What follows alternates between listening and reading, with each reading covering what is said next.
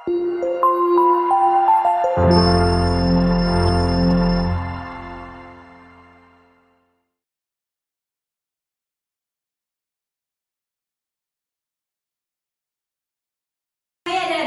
datang di channel YouTube Belajar ala Klinik Jenius.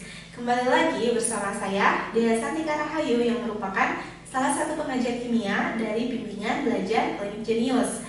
Nah, pada kesempatan kali ini kita akan membahas materi di kelas 10, yaitu tentang reduksi dan oksidasi, atau sering kita singkat sebagai redox kayak gitu. Nah, materi ini sebenarnya lebih ke dibahas basicnya saja untuk tingkatan kelas 10, karena nanti materi ini akan kita perdalam lagi di kelas 12 seperti itu. Jadi kita akan membahas tentang reaksi redox atau reduksi oksidasi. Jadi saya beri judul redox. Nah, redox dari dari katanya saja sudah terlihat ada red, ada ox, bahwa red ini merupakan reduksi, kemudian ox ini merupakan oksidasi, ya. Nah, sebenarnya reaksi redox ini banyak kita jumpai dalam kehidupan sehari-hari. Contohnya kayak kayak kasus atau fenomena besi berkarat. Nah, besi berkarat itu merupakan salah satu proses oksidasi. Jadi besi tersebut bereaksi dengan oksigen kayak gitu. Nah, banyak sekali sebenarnya contoh-contoh reaksi redox, seperti reaksi pembakaran juga sama itu reaksi oksidasi. Karena di situ kalau pembakaran kita melibatkan pengikatan oksigen gitu kan. Kalau di pembakaran kan harus ada oksigen kayak gitu. Nah, sekarang kita akan mempelajari terlebih dahulu terkait definisi reaksi reduksi dan oksidasi. Bagaimana sih cara membedakan mana yang reaksi reduksi, mana yang reaksi oksidasi. Nah, ternyata ada definisinya, dan definisinya juga maksudnya ada beberapa konsep gitu ya. Tidak hanya satu definisi saja. Jadi bisa kita lihat reaksi reduksi oksidasi ini dari berdasarkan tadi oksigen, kemudian berdasarkan dari elektron nanti itu ya, kemudian dari bilangan oksidasi atau sering kita sebut bilox gitu ya. Jadi saya tuliskan di sini. Kita akan bahas terlebih dahulu tentang definisi redox. Nah, definisi redox ini saya buat ke dalam bentuk tabel karena untuk memudahkan perbedaannya nih antara reduksi dan oksidasi. Jadi saya tulis di sini konsep untuk kolom pertama, kemudian di sini reduksi, kemudian oksidasi. Nah, seperti ini. Nah, konsep pertama yang akan kita bahas terkait definisi reaksi reduksi dan oksidasi yaitu dari konsep oksigen. Oksigen atau O2. Jadi, kita bisa mendefinisikan suatu reaksi itu merupakan reduksi atau oksidasi itu dari keterlibatannya oksigen. Nah, apabila reaksi itu melibatkan oksigen, jadi kita bisa lihat dari sini bahwa reaksi reduksi ini yaitu melepas O2, sedangkan oksidasi itu mengikat O2. Nah, ini konsep yang pertama tentang definisi reduksi dan oksidasi dari konsep oksigen. Nah, melepas, yang disebut dengan melepas itu biasanya posisi dalam suatu reaksi dia terletak di sebelah kanan. Jadi si oksigennya itu nanti akan ada di sebelah kanan reaksi, oksigen bebasnya gitu ya. Di sebelah kanan. Nah, biasanya mengikat itu di sebelah kiri panah reaksi gitu ya. Kalau di situnya ada oksigen bebas, tapi nanti juga kita bisa kok memperkirakan siapa yang melepas oksigen, siapa yang mengikat oksigen. Ini mah cuma untuk mempermudah saja gitu ya. Kemudian konsep yang kedua itu dari segi elektron. Atau sebenarnya ada oksigen, ada konsep hidrogen juga. Kita hidrogen dulu aja ya. Konsep hidrogen. Nah, konsep hidrogen ini kebalikan dari oksigen. Jadi kalau tadi ini melepas, berarti di sini dia mengikat H2. Oksidasi itu melepas H2 gitu. Ya. Jadi reduksi ini mengikat H2, oksidasi itu melepas H2. Nah, untuk definisi melepas mengikatnya sama ya sama poin yang di atas. Kemudian untuk konsep selanjutnya itu ada dari konsep elektron. Ini dari konsep elektron atau kita lambangkan E. Nah, berdasarkan konsep elektron ini, reduksi itu adalah mengikat elektron, sedangkan oksidasi itu melepas elektron. Ya. Nah, ini selanjutnya yang terakhir itu ada yang disebut dengan konsep bilangan oksidasi. Bilangan oksidasi atau sering kita singkat sebagai bilox. Nah, reduksi ini merupakan penurunan bilox, sedangkan oksidasi ini kenaikan bilox. Nah, ini dia daftar definisi reaksi reduksi dan oksidasi dari beberapa konsep. Nah, sebagai contoh kita ingin menentukan apakah dia reaksi reduksi atau reaksi oksidasi. Saya akan tuliskan terlebih dahulu soalnya. Nah, ini dia contoh soal yang akan kita tentukan terkait jenisnya, apakah dia reaksi reduksi, oksidasi, kayak gitu. Nah, untuk contoh kasus yang pertama di sini ada karbon ditambah oksigen menjadi CO2 gitu kan. Nah, kita bisa menggunakan konsep berdasarkan konsep oksigen karena di sini ada oksigen bebasnya. Nah, ternyata oksigen bebasnya diikat atau di sebelah kiri letaknya, artinya diikat. Apabila diikat, artinya reaksi ini tergolong sebagai reaksi oksidasi karena posisinya O2-nya diikat. Kemudian yang kedua, ini juga bisa kita dari oksigen karena ada O2-nya. Nah, oksigennya ternyata di sebelah kanan atau dilepaskan, berarti ini reaksinya reduksi begitu. Nah, selanjutnya untuk kasus CO2 plus 2 elektron, karena di sini ada elektron, berarti kita bisa langsung menggunakan konsep elektron. Nah, ternyata dari segi elektron kita bisa lihat posisinya di sebelah kiri, artinya dia diikat. Kalau diikat berarti ini reaksinya reduksi. Nah, selanjutnya ini ada Na plus setengah Cl2 menjadi NaCl. Nah, apabila kita perhatikan di sini nggak ada oksigen, nggak ada H2 dan nggak ada elektron. Nah, namun ini sebenarnya bisa dijelaskan menggunakan konsep elektron apabila kita tahu muatan si Na-nya. NaCl ini kan kalau kita ingat dia itu terdiri dari ion Na plus sama ion Cl min.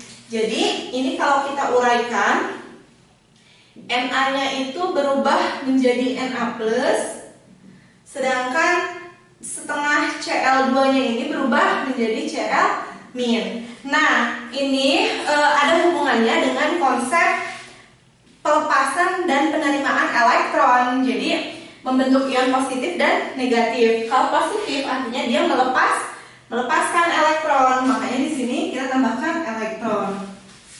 Ingat ya, waktu kelas 10 kita pernah kelas 10 awal maksudnya terkait pembentukan ion. Kalau misalkan atom menjadi ion positif, artinya dia kehilangan satu elektron atau elektronnya dilepaskan. Sedangkan atom apabila dia menjadi ion negatif, berarti dia menerima satu elektron begitu. Nah, artinya ini itu melepas, berarti reaksinya merupakan reaksi oksidasi. Sedangkan ini menerima, berarti reaksinya reduksi, seperti itu. Oh, berarti dalam reaksi ini ada oksidasi dan juga ada reduksi, kayak gitu. Jadi untuk reaksi yang sederhana seperti ini yang kita tahu muatannya, ini juga bisa digunakan konsep elektron. Nah, untuk kasus PbO plus H2SO4 menjadi PbSO4 dan H2O. Nah, kalau kita perhatikan dari sini, ini terlalu kompleks karena kita nggak tahu muatannya, terus oksigen bebasnya nggak ada, H2 bebasnya nggak ada, elektronnya juga nggak ada. Jadi satu-satunya cara yang bisa kita gunakan itu menggunakan konsep Bilox atau bilangan oksidasi. Nah, masalahnya Bilox itu apa dan bagaimana cara menentukannya kita belum tahu. Nah, oleh karena itu kita akan bahas terlebih dahulu tentang penentuan bilangan oksidasi di materi selanjutnya gitu. Nah, sebelum ke sana, jadi konsep-konsep ini tuh berkembang ya. Jadi pertama konsep ini, tapi kita sadari bahwa tidak semua reaksi melibatkan oksigen. Makanya muncul konsep hidrogen, tapi hidrogen juga sama. Tidak semua reaksi adanya hidrogen, muncul konsep elektron. Nah, biasanya konsep yang paling umum bisa digunakan dimanapun gitu ya, di semua reaksi itu konsep bilangan oksidasi. Ini yang paling terbaru gitu ya. Nah, dan jangan lupa juga di sini saya akan mengingatkan bahwa biasanya reaksi reduksi oksidasi itu tidak berdiri sendiri, maksudnya tidak masing-masing. Biasanya sepaket. Jadi kalau ada reduksi itu ada oksidasi, makanya disebut redoks. Nah, biasanya reaksinya kayak gini. Gimana gitu? Nah, ini. Jadi ini kan ada reduksi juga ada oksidasi. Nah, sebenarnya di sini juga ada reduksi dan oksidasinya, cuman yang kita gunakan konsep oksigen. Jadi yang terlihat hanya oksidasi saja untuk kasus soal pertama. Baik, kita lanjutkan ke materi selanjutnya yaitu tentang penentuan bilangan oksidasi. Nah, selanjutnya ini kita akan bahas tentang penentuan bilangan oksidasi atau Bilox. Jadi Bilox ini merupakan, kalau secara definisi ya, tingkat oksidasi suatu unsur yang dinyatakan oleh bilangan bulat, bisa positif, bisa juga negatif,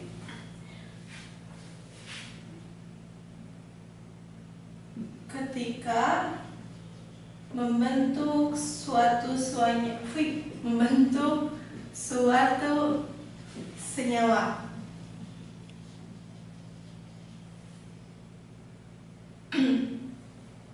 Atau kadang suka disebut juga sebagai muatan unsur.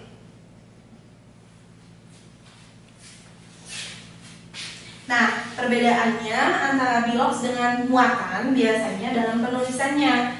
Kalau Bilox itu sama muatan kan biasanya kalau SO4 2 min gitu kan. Jadi 2 min. Kalau Bilox itu min 2. Jadi posisi minusnya itu kalau Bilox itu di depan angka, kalau muatan itu di belakang angka kayak gitu.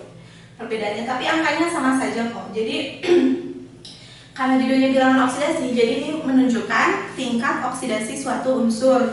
Nah, biasanya dinyatakan dalam bentuk suatu bilangan bulat positif atau negatif ketika mereka mau membentuk senyawa. Bisa unsur, pokoknya ketika dia menjadi suatu zat aja gitu ya. Nah, atau sering kita sebut sebagai muatan unsur. Sama saja sih untuk nilainya, cuma beda di penulisannya saja kayak gitu. Nah, untuk menentukan Bilox, jadi kita harus mengetahui beberapa aturan gitu ya. Jadi saya kelompokkan, ada yang disebut dengan aturan umum tentang Bilox, kemudian ada disebut sebagai aturan Bilox unsur gitu ya. Jadi di sini saya akan bahas terlebih dahulu tentang aturan umum Bilox. Aturan pertama di sini menyebutkan bahwa Bilox unsur bebas, atau gini aja deh, Bilox unsur ketika unsurnya itu unsur netral atau bebas, maksudnya dia tidak berikatan dengan unsur lain, Biloxnya sama dengan 0. Tapi unsurnya bermuatan atau dia itu ion, Biloxnya itu sama dengan muatannya. Nah, ini aturan yang pertama. Aturan yang kedua, ketika Bilox senyawa Nah, senyawa juga sama, ada dua aturan umum. Ketika senyawanya senyawa netral, maka bilox total sama dengan 0. Nanti saya bahas. Kemudian ketika senyawanya itu bermuatan, maka bilox total sama dengan muatannya. Nah, kayak gitu. Maksudnya bagaimana? Contoh, bilox total di sini saya misal punya NH3. NH3 ini senyawa netral kan? Artinya ini tuh bilox N ditambah 3 kali bilox H itu akan sama dengan 0. Nah, masalahnya nanti untuk menentukan N sama H-nya ada aturan lagi gitu ya. Contoh lain untuk yang ini, misalkan tadi saya punya NH4+, ini artinya bilox N ditambah 4 kali bilox H itu sama dengan muatannya plus 1 gitu. Ya. Nah, kalau ini untuk contohnya yang netral itu kayak Cu, H2, O2, pokoknya selama dia tidak berikatan dengan unsur lain, jenis unsur lain, dan muatannya 0, berarti bilox dia adalah 0. Tapi kalau misalkan bermuatan seperti Na+, berarti biloxnya plus 1 kayak gitu. Ya. Nah, selanjutnya tadi kan ini tentang aturan umumnya. Bagaimana cara menentukan masing-masing unsur? Atau kita tulis di sini aturan bilox unsur. Nah, di sini saya urutkan berdasarkan prioritas. Ya. Nah, berdasarkan prioritas ini saya biasanya mengajarkan disingkatnya itu Flohal. Flohal.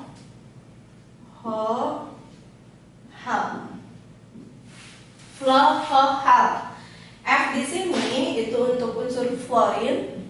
Fluorin ini unsur F, dia biloxnya pasti atau selalu -1 karena dia paling elektronegatif gitu ya. Kemudian lo ini ada logam. Logamnya itu terdiri dari 1A, 2A, dan 3A. 1A anggotanya siapa saja? Itu ada Li, Na, K, Rb, Cs, Fr. Ya. 2A, B, Mg, Ca, Sr, Ba, Ra. 3A itu hanya Al saja. Nah, biloxnya kalau logam itu sesuai dengan golongannya. Jadi kalau 1A itu +1, ini +2, ini +3. Asal mulanya dari mana sebenarnya bilox ini? Tadi kan hampir sama kayak muatan. F ini kan sebenarnya golongan 7. Golongan 7 itu berarti elektron valensinya 7. Supaya dia stabil artinya dia harus menerima 1 elektron sehingga muatannya -1. Begitupun golongan 1A. 1A ini artinya elektron valensinya adalah 1, sehingga supaya dia lebih stabil maka dia akan melepaskan 1 elektron sehingga muatannya +1. 2A juga sama, artinya kalau dia itu elektron valensinya 2, sehingga supaya dia stabil maka dia harus melepaskan 2 elektron tersebut, makanya +2. Ini pun sama jadi +3 kayak gitu. Selanjutnya H. H di sini ada hidrogen. Nah, hidrogen ini saya kelompokkan ketika dia menjadi prioritas, kemudian dia bisa juga menyesuaikan. Nah, ketika dia menjadi prioritas, biloxnya itu sama dengan +1, ya. Kalau menyesuaikan ya menyesuaikan. Nah, artinya kalau ada kata menyesuaikan, dia biloxnya bisa berubah. Nah, saya tandai berarti untuk yang 2 ini karena dia selalu segini nilainya, berarti biloxnya tetap. Ya. Nah, kemudian sekarang untuk O ada oksigen. Oksigen juga sama kayak hidrogen. Ketika dia menjadi prioritas, nilai biloxnya itu adalah -2 dan dia bisa juga menyesuaikan. menyesuaikan. Nanti saya beri contoh. Kemudian untuk hal di sini ada halogen. Halogen itu golongan 7A dengan anggota F-nya kan udah di atas ya. Berarti sisanya Cl, Br, I, At. Nah, ini juga sama kayak oksigen hidrogen bahwa dia itu ada menjadi prioritas, itu nilainya -1 karena tadi golongan 7A. Kemudian dia bisa juga menyesuaikan, artinya biloxnya bisa berubah-ubah. Nah, prioritas itu semakin ke atas ini semakin diutamakan, semakin menjadi prioritas kayak gitu. Nah, selanjutnya terkait contoh dari aturan-aturan bilox ini kita akan bahas di video selanjutnya di latihan, bukan di video selanjutnya. Kita akan bahas di sini terkait soal-soal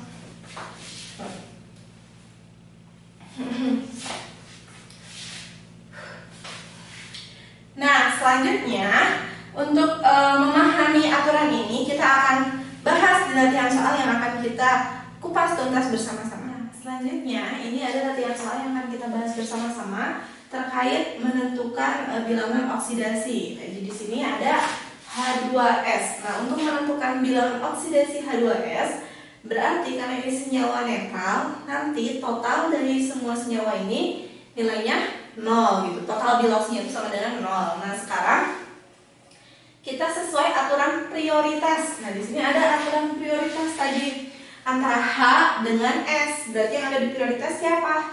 Ternyata S di sini kan nggak ada ya. Berarti hidrogen yang menjadi prioritas. Nah, apabila dia prioritas, biloxnya itu +1. Nah, nilai bilox itu biasanya untuk satu unsur. Jadi kita tulis +1 biloxnya. Biasanya untuk memudahkan, untuk yang di bawah ini saya beri tanda dia untuk bilox satu unsur. Sedangkan yang di atas ini bilox yang sudah dikali dengan jumlah. Ya. Nah, jadi +1 karena jumlahnya ada 2, berarti 1 dikali 2, berarti dia +2. Totalnya tadi harus 0, berarti S-nya berapa? Berarti S-nya adalah -2. -2 ini untuk 1S, berarti yang di bawah juga -2. Jadi biloxnya yang mana? Ini biloxnya +1 dan -2 untuk H2S atau H dan S dalam H2S. Selanjutnya SO4 2- yang ada di prioritas itu adalah oksigen. Oksigen apabila di prioritas dia itu biloxnya -2. Jadi kita masukkan -2. Jumlahnya ada 4 dikali 4 jadi -8. Totalnya harus berapa? Ternyata ini SO4 2-. Jadi harus totalnya -2 sehingga S-nya dia menjadi +6. +6 jumlahnya 1 ya udah +6. Jadi biloxnya itu ada +6 dan ada -2. Selanjutnya ini H2O. H2O itu ada di prioritas dua-duanya. Nah, tapi prioritas yang utama adalah H. Berarti H dulu yang kita masukkan. H di sini kalau prioritas +1 dikali jumlahnya 2 +2 totalnya harus 0. Nah, berarti si O-nya menyesuaikan supaya nilai bilox totalnya sama dengan 0. Berarti -2. Jumlahnya 1 -2. Nah, ini udah sesuai. Berarti -2 dan +1. Nah, sekarang contoh reaksinya. Bagaimana kita bisa menentukan mana yang termasuk reduksi, mana yang termasuk oksidasi kayak gitu. Jadi, langkah penentuan reaksi reduksi dan oksidasi berdasarkan bilangan oksidasi, kita harus cek terlebih dahulu satu persatu bilangan oksidasi dari setiap unsur. Jadi kita langsung ke soal ya. 2HCl. Nah, di sini untuk bilox koefisien reaksi dia tidak mempengaruhi nilai bilox. Jadi kita abaikan angka 2 di situ gitu ya. HCl yang ada di prioritas itu ada H hidrogen, kemudian ada Cl juga, cuman hidrogen utamanya bahwa dia prioritas biloxnya +1. 1. Jadi kita tulis plus 1, ininya plus 1, totalnya harus 0. Berarti CL-nya adalah min 1 gitu. Dah, sekarang ZN ini di sini dia sendirian, tidak berikatan dengan unsur lain. Dan netral atau bermuatan, ternyata dia netral, berarti dia termasuk unsur netral atau unsur bebas yang nilai biloxnya adalah 0 karena dia netral. Selanjutnya ZnCl2. Nah, Zn dengan Cl yang ada di prioritas siapa? Kalau kita lihat dari sini, Zn ternyata tidak adanya Cl. Cl ini biloxnya kalau menjadi prioritas min 1. Jadi kita masukkan min 1 kali 2 min 2, totalnya harus sama dengan 0, sehingga Zn-nya adalah plus 2. Plus 2 jumlahnya 1, ya udah plus 2. Ya, H2. H2 ini dia berikatan dengan unsur lain tidak? Ternyata tidak berikatan dengan unsur lain, sehingga kalau kita lihat di sini dia muatannya itu netral, sehingga dia merupakan unsur bebas atau unsur netral yang biloxnya adalah sama dengan 0. Ya. Nah, sekarang kita lihat perubahannya dari kiri panah ke kanan panah, masing-masing unsur. Sekarang kita cek H. H itu ternyata dari plus 1 di sebelah kanan nilainya 0. Kira-kira berubah atau tidak? Berubah, dari plus 1 menjadi 0. Berubahnya naik atau turun? Dari plus 1 ke 0 itu artinya turun. Kalau turun, definisi tadi yang telah saya jelaskan, kalau dia nilai biloxnya turun, sehingga kita sebut prosesnya adalah reduksi karena penurunan di bilox kayak gitu. Cl dari min 1 menjadi min 1. Ternyata dia tetap atau tidak berubah, sehingga Cl tidak mengalami reaksi reduksi maupun reaksi oksidasi. Sekarang Zn dari 0 menjadi plus 2. Jadi kita hasilkan nggak 0 ke plus 2? Berubah ya. Ternyata dari 0 plus 2 itu naik. Jadi kita tulis dia itu naik, yang kita sebut sebagai proses oksidasi, yaitu kenaikan bilangan oksidasi. Jadi seperti yang telah saya sebutkan sebelumnya, bahwa dalam suatu reaksi biasanya reduksi dan oksidasi itu beriringan. Jadi di mana ada reduksi biasanya di situ ada oksidasi. Nah, jadi kalau diminta tentukan mana yang reduksi oksidasi, ya kayak gini. Jadi reduksi itu terjadi dari HCl menjadi H2, sedangkan oksidasi itu dari Zn menjadi ZnCl2. Jadi kita fokus ke H-nya, kalau di sini ke Zn-nya seperti itu. Nah, itu terkait konsep dasar reduksi dan oksidasi dan pengenalan tentang bilangan oksidasi. Nah, nanti ini harus adik-adik ingat karena akan dibahas lebih dalam lagi di kelas 12. Dan nanti untuk latihan-latihan soalnya kita akan buat di video baru gitu ya. Silakan cek di channel YouTube Belajar Alat Klinik Genius. Nah, sekian dari saya untuk materi pada video kali ini. Jangan lupa silakan like video ini, dan apabila adik-adik masih merasa bingung, masih ada yang ingin ditanyakan, silakan komen juga. Dan terus pantengin channel YouTube Belajar Alat Klinik Genius dengan cara subscribe channel YouTube tersebut dan nyalakan juga notifikasinya dengan cara mengklik tombol lonceng supaya adik-adik bisa melihat updatean terbaru video-video dari Belajar Alat Klinik Genius. Nah, saya Dea Santika Rahayu pamit undur. Terima kasih atas perhatiannya. Sampai jumpa lagi di video-video yang lainnya. Bye-bye.